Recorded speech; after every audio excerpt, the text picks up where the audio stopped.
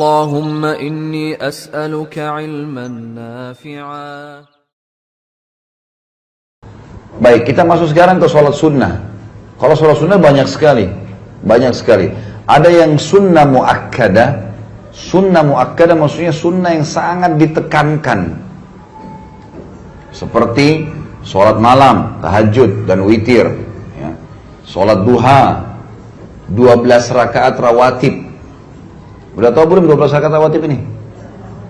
2 rakaat antara azan dan iqamah subuh, 4 rakaat sebelum duhur, 2 rakaat sesudah duhur, 2 rakaat sudah maghrib, 2 rakaat sudah isya. Tentu ini 12 rakaat yang dikenal dengan sunnah rawatib. 2 rakaat antara azan iqamah subuh, 4 rakaat sebelum duhur, berarti sudah berapa?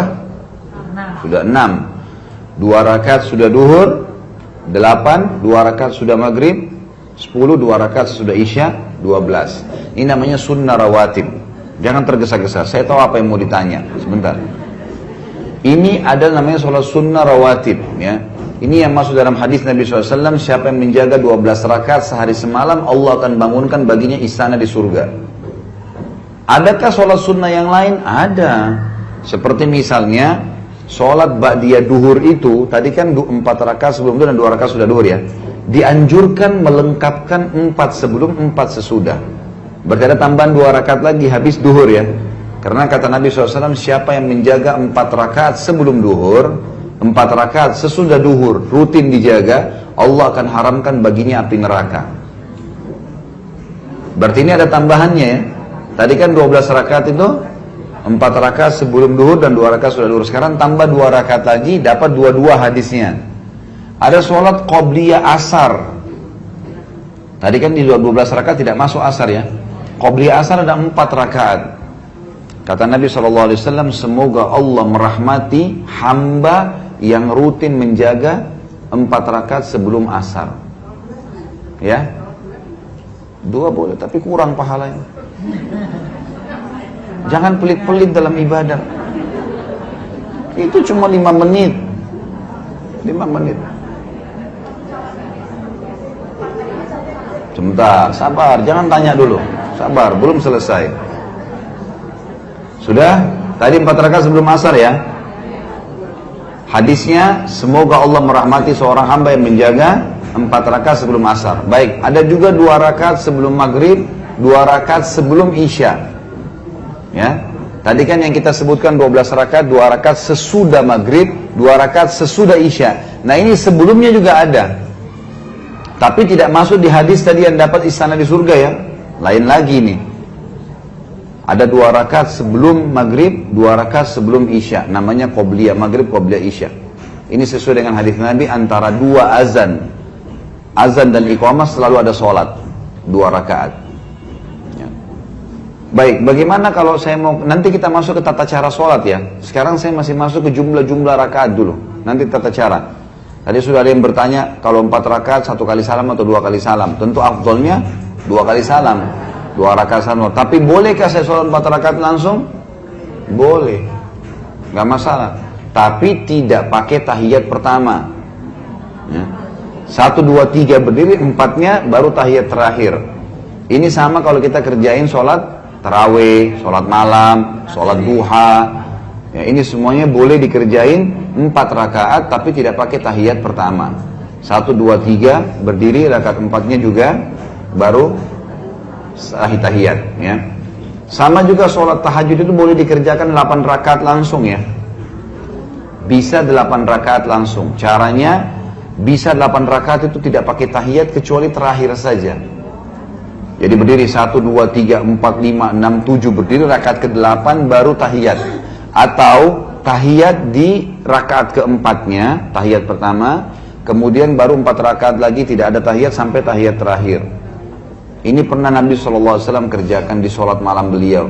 Biasanya orang kalau tidak mau putus bacaannya. Ya.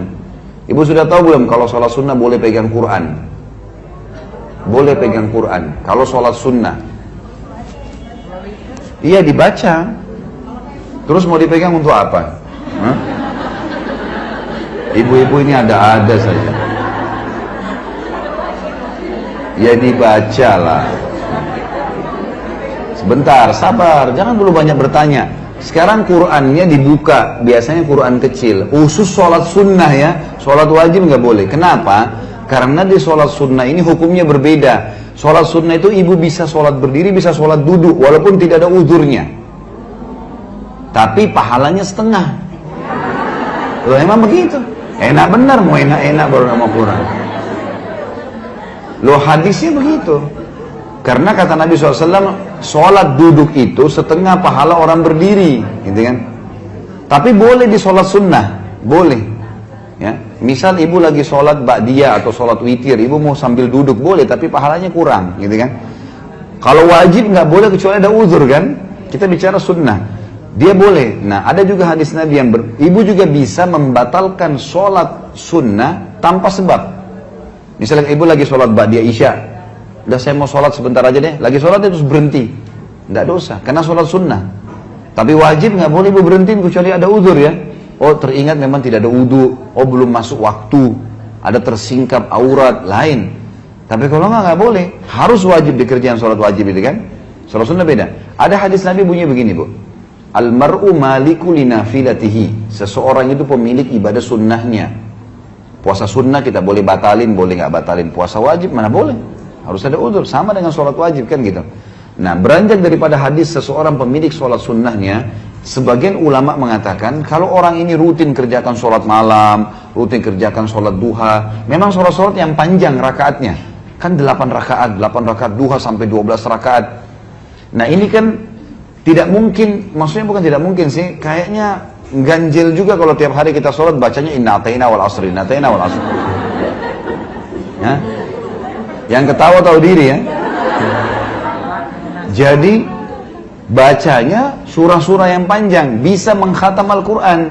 Misal lagi saya pegang Quran, baca dari Al-Baqarah pertama, 1 lembar gitu kan, ditandain. Dan caranya kalau sudah ruku ditaruh di depan kita. Itu beranjak daripada hadis Bukhari kalau Nabi SAW pernah menggendong cucunya, gitu kan, Umamah. Cucu beliau lagi digendong, sampai Imam Bukhari tulis khusus untuk boleh menggendong anak lagi sholat. Lagi digendong sama Nabi SAW. Baca biasa. Kemudian pada saat ruku, anak itu cucunya ditaruh di depan beliau. Maka meletakkan sesuatu ini dibolehkan, gitu kan. Quran ini diletakkan di depan situ. Nanti kalau mau bangun ke rakaat kedua dipegang lagi. Sambil dipegang aja, ditandain dengan tangan, baru diletakkan tangan di dada. Sebentar nanti kita praktekin tata cara sholat yang benar. Allahu a'lam ini sudah benar-benar semua sholatnya atau enggak.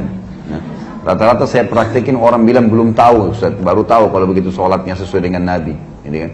Nanti insya Allah di penutupan bahasan akan ada tata caranya nanti. Baik, jadi itu tata cara sholat sunnah ya. Kemudian ada sholat sunnah yang lain tentunya. Banyak sholat-sholat sunnah seperti sholat taubat, ya, sholat tasbih. Itu semua sholat-sholat sunnah, ya. Sholat tahiyat masjid, sholat sunnah wudu, ya. Ini semuanya ada. Yang tidak ada itu hadisnya lemah sekali, sholat hajat. Jadi sebenarnya itu sangat lemah itu kan. Yang ada istikharah. Sebenarnya istikharah sama hajat itu kalau kita lihat sama saja. Cuma istikharah yang benar, hadisnya sahih. Istikharah itu jalan pintas minta petunjuk sama Allah. Itu jalan pintas. Kita cuma sholat beberapa hari. Kadang-kadang orang yang subhanallah diberikan taufik sama Allah dengan sekali sholat sudah dapat petunjuk. Hasilnya bisa mimpi, bisa kecenderungan, bisa juga berita yang sampai kepada kita positif atau negatif.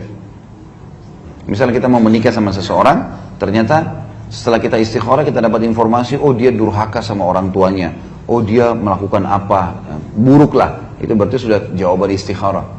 Jadi tidak selamanya harus mimpi. Atau ada kecenderungan positif. Mungkin informasi juga kita dengar dia mau umroh, dia mau haji, ya, dan seterusnya lah. Ya ini semua termasuk gambaran-gambaran.